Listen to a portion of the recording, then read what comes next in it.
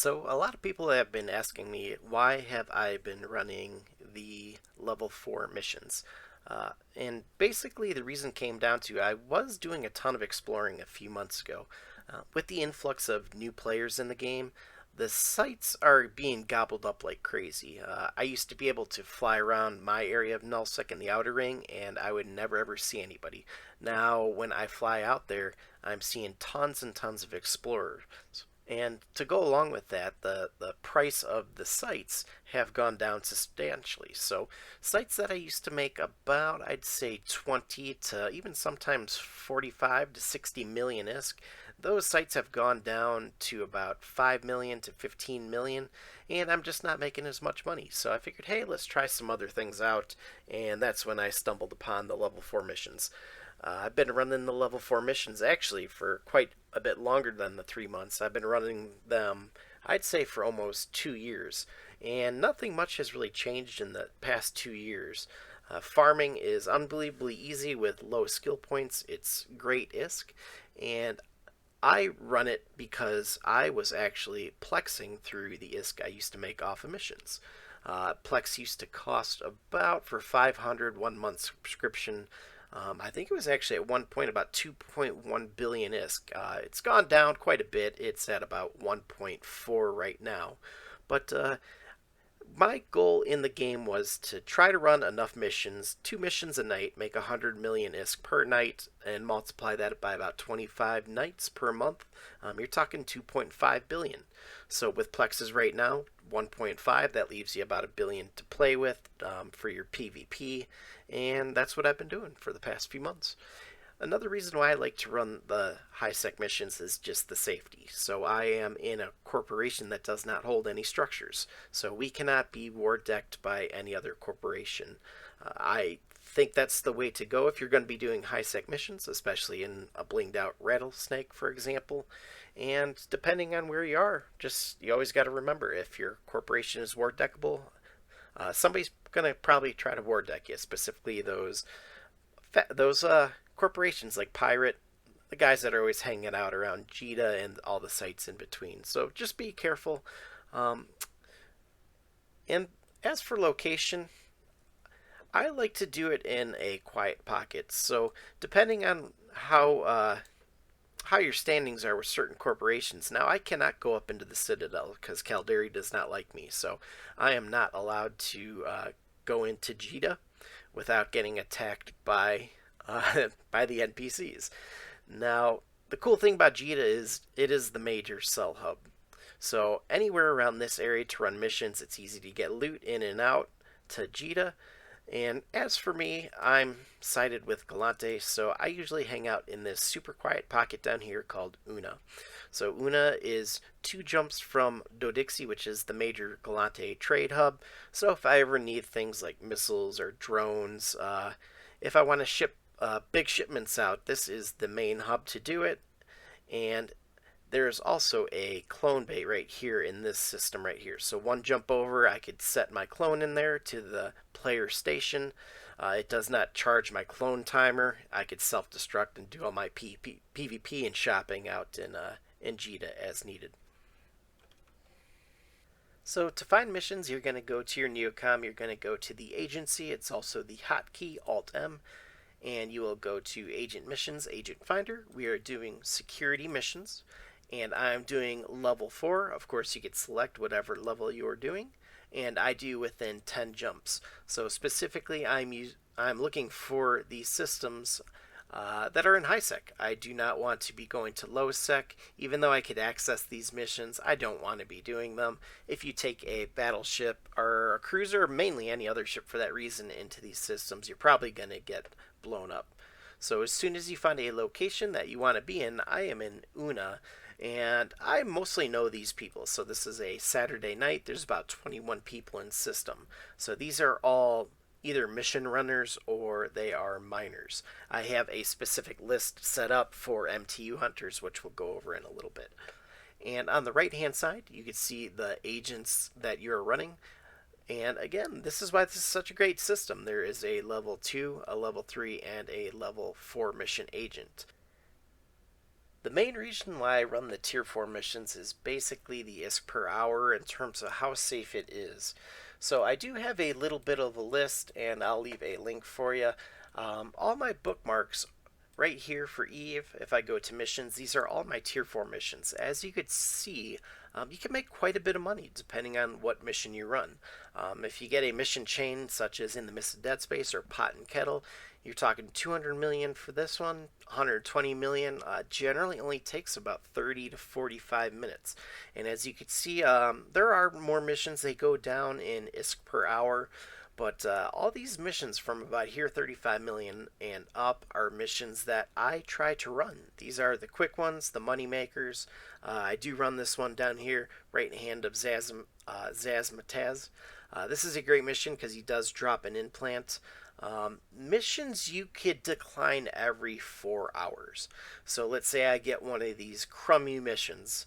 Let's say Infiltrated Outpost, or I get Buzzkill. One of these missions, Rogue Slave Trader, that I don't want to do. I could skip that mission, and what I'm aiming for is I want to do these high price missions. These ones tend to pop up actually quite a bit. These are the ones that I want to do. And another thing I want to show you real quick, if I go back to Eve, is the standings. So if I have a high standings with this agent, I could actually, if I get a bad mission I don't want, again, here's the 4 hours, I could decline the mission and it'll start a timer. Let's say my timer is already running. If I decline the mission, that effective standing goes down by about 0.4 points. So you have a lot of wiggle room with these agents to accept and decline the right missions that you want to do. The main missions that I want to do are the missions that are in this system because it's easier to salvage, and again, less jumps, less time. When missions usually jump over a system, let's say this mission is one system over, and let's say it's only worth 10 million, loyalty points are pretty low, bonus rewards, it's usually a mission you would want to skip. So that's how I do that. And as for the missions, this guy right here offers a storyline mission. So I believe it's every 10 or 15 normal tier 4 missions. This guy will offer you a storyline mission. One out of every 4 missions that he offers is one that you're going to want to do. It's actually a mission where he has you go and gather a bunch of ore. But guess what? If you have a ship with the ore already on hand, you could instantly complete the mission. He gives you an implant that's worth about 12 million ISK. And again, he offers that about 1 out of every 4 missions. It all depends. It's totally random. And also, you could do his missions. When you do his missions, the standing for the corporation will go up substantially. That's one of his bonuses. But for the most part, the missions that he offers, number one, you usually have to go pretty far to do them. They're not very good in terms of bounty and salvage, and I usually just decline them. I'm going for the mission, the one where he wants the ore and you get the quick implant. It's about 15 seconds for a mission that nets you pretty darn close to about 14 million ISK. So another great thing about running tier 4 missions is you earn these things called loyalty points. And if I click on the agent, you could see for doing a tier 4 mission, I could earn loyalty points for completing the mission. Some people actually run these missions, they don't do the salvage or anything. They do them as quick as possible, they call it blitzing, and what they're doing it for is the loyalty points.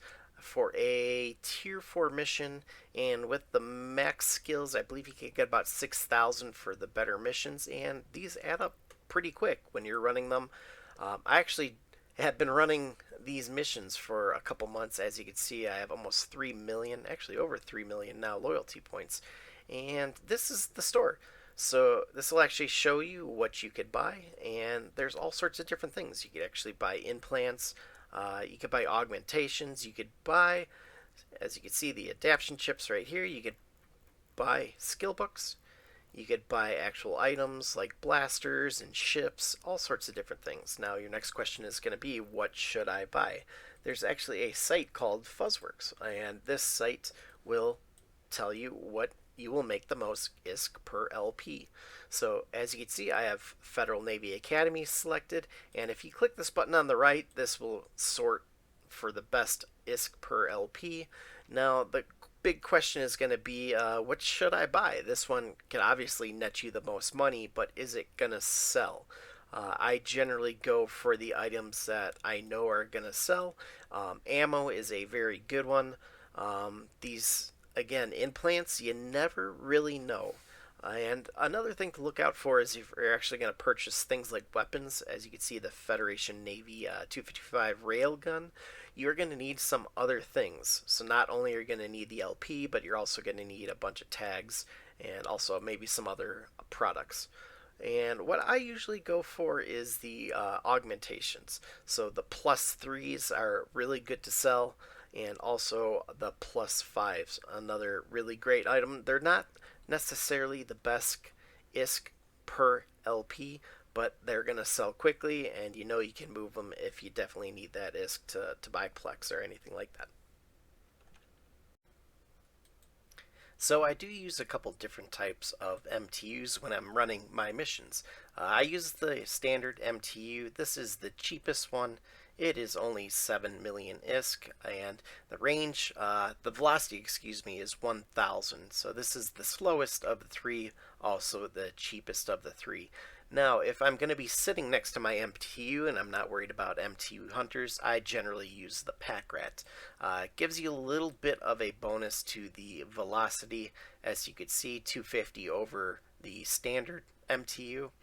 And there's also a third variation. It's called the Magpie. Now, this is what MTU hunters are looking for. This is their bread and butter. I don't see too many people using these. Every once in a while you do, though. Now, I just want to go to show you on the market, these things are quite expensive. Almost 450 million ISK if you were to lose one of these things. So if you're AFK farming, you could just go with the standard MTU. If you're going to be sitting and watching and actually paying attention, definitely go with the Pack Rat. The Pack Rat you can pick up for about 45 million. So people will ask me how safe is it to run tier 4 missions, and I'm going to say it's about as safe as things get in EVE Online. If you're in an NPC corporation or if you're in a holdings corporation, meaning the corporation does not hold any structures, you cannot get war decked. So corporations like Pirate are not going to attack you.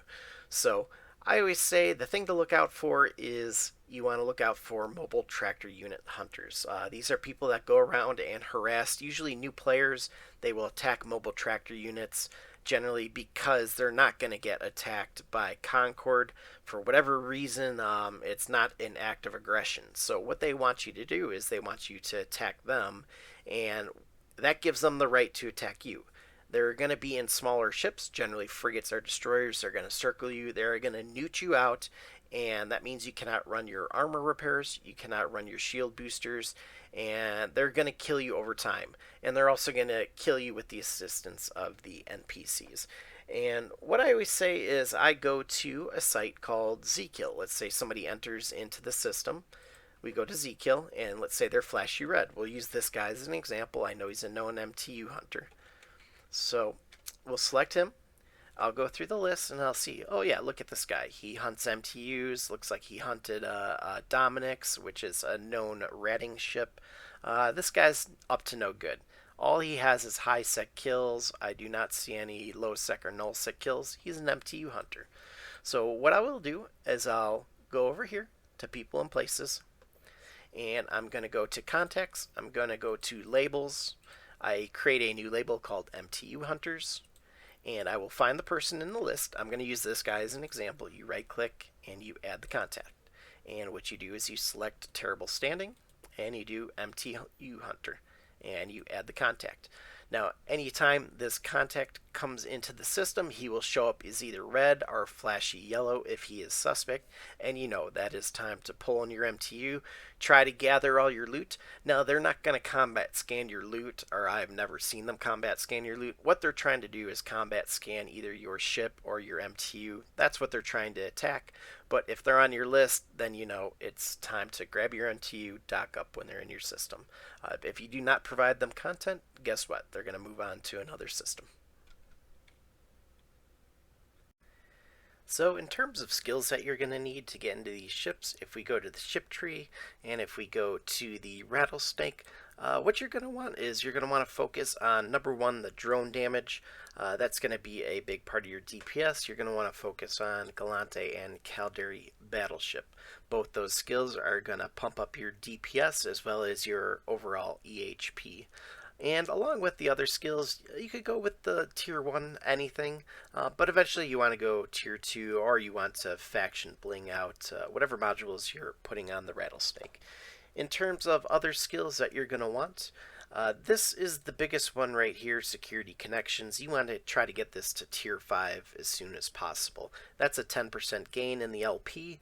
Most of the time, you're not even going to notice the LP. Then when you go to actually check it, you're going to say, wow, I got a ton, and it is a huge bonus to your overall ISK for running these missions. You're also going to want to do negotiations. I would say try to get this to level 3 or level 4. It's a really easy one to do, provides some additional ISK per mission.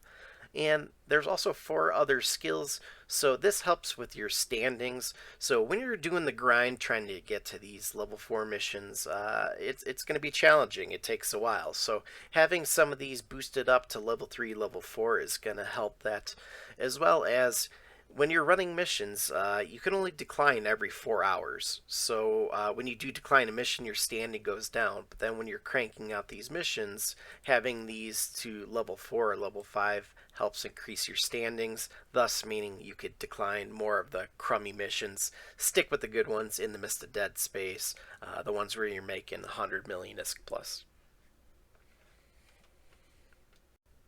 So in this section, I'm going to show you the different ships that I like to fly for the tier 4 missions. The first ship I'm going to show you is going to be the Ishtar. Now, back in the days, CCP, the VNI used to be the main drone ship of choice. They have since changed a couple things up. They have turned this into a PvP ship. So this is not a viable choice anymore for running tier 4 missions. If you are a newer player, I would strongly suggest going into the Gila. The Gila is a little bit of an expensive ship, but once you bling it out a little bit, about 500 to 700 million ISK, this turns into a very, very formidable ship. It's also an easy ship to get in for new players. Once you're skilled up and you could fly one of the tier 2 cruisers, again, I go with the Ishtar. And we'll do a quick simulation of my Ishtar. Now, on my Ishtar, for the top slots, I am using lasers. These lasers are just to pull aggro. They do nothing else. They could sometimes take out frigates, but generally they're not going to do enough DPS to really do anything. They are only for pulling aggro. I also have a drone leak augmenter. When this is off, my range on my drones is only 77 km. So what I want is I want to have that on 100 km. It matches my targeting range, perfect for my sentry drones.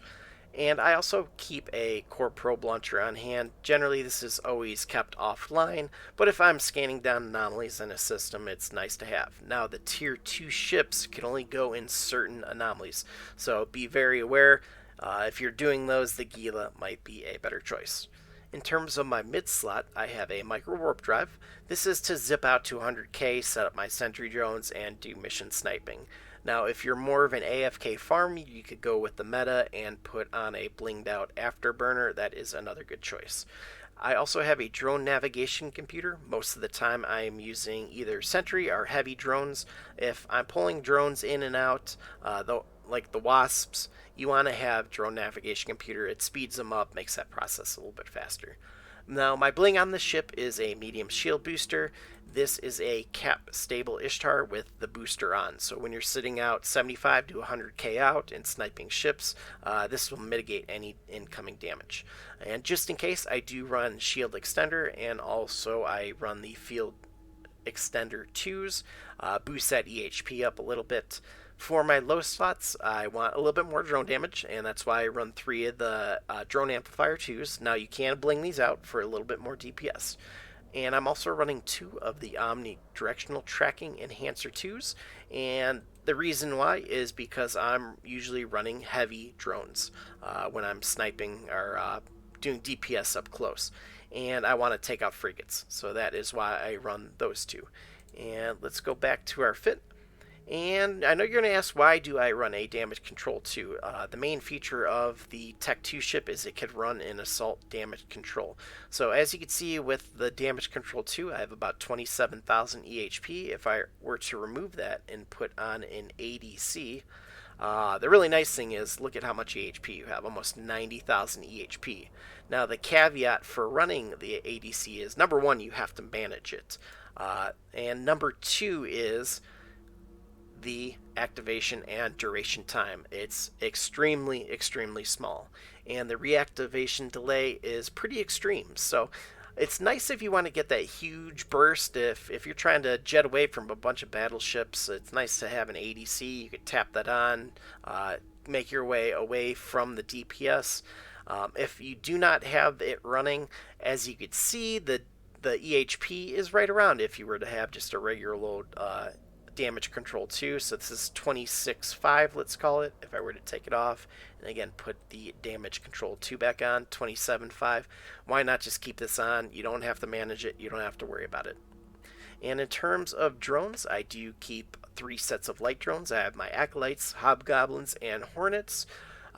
Drones do take a lot of aggro during missions, and a lot of times they will get pretty beat up, so it's nice to have a few different set of drones to put out. I also carry a set of EC Hornets. These are ECM burst, so basically they will, if let's say somebody's attacking your MTU, and if you were to attack them by mistake, you could probably put these out, get the lock broken, and be able to warp off. I've never had to use them, but it's just a failsafe. I also keep a set of salvage drones on me, so if I'm going out 1 or 2 jumps for a mission and I don't want to have to bring back a salvager, I will just run my salvage drones. And lastly, I do have my sentries. I like the Caldavian Navy Wardens just because of their range. Their optimal range is 100, so you basically apply full DPS out to your targeting range of 101 km.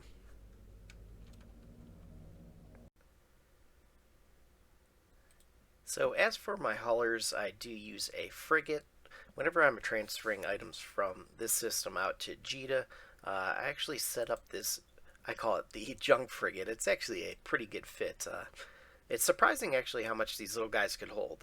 Over 1,000 M3 for cargo, so that's plenty of room to get your cargo, any tags, any salvage stuff, the stuff that's worth a ton of money out to Jita. I generally try to ship anywhere between 1 and 2 billion ISK worth of stuff in these things. Anything over that, you're running into a little bit of risk, depending on what system you're running through. Now, I would not take this through low sec because of smart bombs. This does not have enough EHP to take smart bomb hits. It has nothing in the top slots. There's no offensive power to this ship. It does have a micro warp drive to get around, just in case you're autopiloting somewhere and you need to blip it to get to the next gate. It does have some shield extenders. Really, realistically, like I said, not going to help you against anything, any big attacks. In the lowest slots, we do have a cargo hold expander, 2 of them, giving us that awesome. This is 1076 for cargo. 2 inertia stabilizers. The align time pretty quick, 3.7 seconds, let's say. For the rigs, optimization. And for my other hauler, I do have an Iteron. Now this thing is super slow, so the align time on this thing is about 11 seconds. So I would not haul anything expensive. People do look at these ships to try to take them out. I do not have anything in the top slots. Now you could put things in the mid slots right here. I keep them empty. I only go about 2 jumps from Una to Dixie, and I do have expanders in the low. And for the rigs, I have cargo hold, and this thing can hold quite a bit, just shy of 35,000 M3. So I do run 2 different types of salvage ships. I shoot everything in every mission I do, and I also try to salvage everything. So the first one I'm going to show you is the Catalyst. I don't use this as often. This has 8 of the salvage ones in the tops. You can actually only target 7 targets, so you actually have a spare one. And I run a cap recharger to try to help this thing be cap stable, and a MWD, you could swap that out for an AB if you want to try to get a little more cap. But for what I'm doing, this is a perfect fit. I have expanded cargo hold 2s and also a nanofiber. This helps with the agility of this ship. And this could hold 731 M3. And this will hold about any of the T4 mission loots. There are a couple missions that are about 850, but this one is just perfect. There's always some stuff that you could leave behind. And in terms of the rigs, I have the memory cell, I have a control circuit, and control circuit, again to try to help with this cap stability. So my second salvage ship is the Noctis. This is actually the ship you're seeing on screen right here. And if I show you the info, this thing is the king of the salvagers. It has built-in bonuses for everything, for salvager, tractor beam. This thing is awesome. And I'll go ahead and simulate real quick. In my top slots, I'm going to have 4 of the Salvager 1s. Of course, you could use Salvager 2s if you'd like.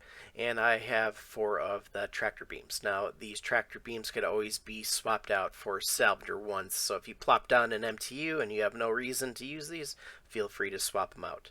In the mid slots, I have a Micro Warp Drive. You could always use an AB, but I find you only need to blip this on every once in a while, so no need for an AB. Might as well use this to get around as quick as possible. And I also have a cap recharger, and with the MWD off, this thing is cap stable. And in my low slots, to help with the align time, I do have inertia stabilizers. And in my rig slots, I have medium salvage, and I have a low friction nozzle joint. Again, trying to help out with that align time. And this ship has a 1460 M3 capacity, so this could actually salvage 2 of the L4 missions. And for my drones, just using standard salvage drones. So my go-to ship for DPS is going to be the Rattlesnake. And as you can see, this is a relatively cheap ship. They used to cost only about 400 million. Since the changes, they've gone up a little bit. All said and done, pretty blinged out. You're looking at about 1.3 billion to and upwards of 2 billion ISK to get this thing all fitted. It does have a little bit of a bonus to Galante battleships, to kinetic and thermal missiles. So this more so is important when it's level 4, level 5. That bonus is going to be great enough where you exclusively use just kinetic and thermal missiles depending on the mission. It does have a little bit of a shield bonus per Caldari battleship level, and it also has a nice little bonus to the sentry drone and heavy drone damage and also hit points. And as for our first fit, this is going to be the Rattlesnake Brawler Fit. I've tried all different things in the top slot. I found that cruise missiles work the best. The cycle time is really, really slow, but it does really high bursts of damage. I found with the other missile launchers, you don't necessarily have the range. A lot of missions, the battleships will sit 45 to 50 km off, where the missile launchers can only reach out to about 39 km. So again, I find the cruise missiles to be the best choice. And we also use a drone link augmenter.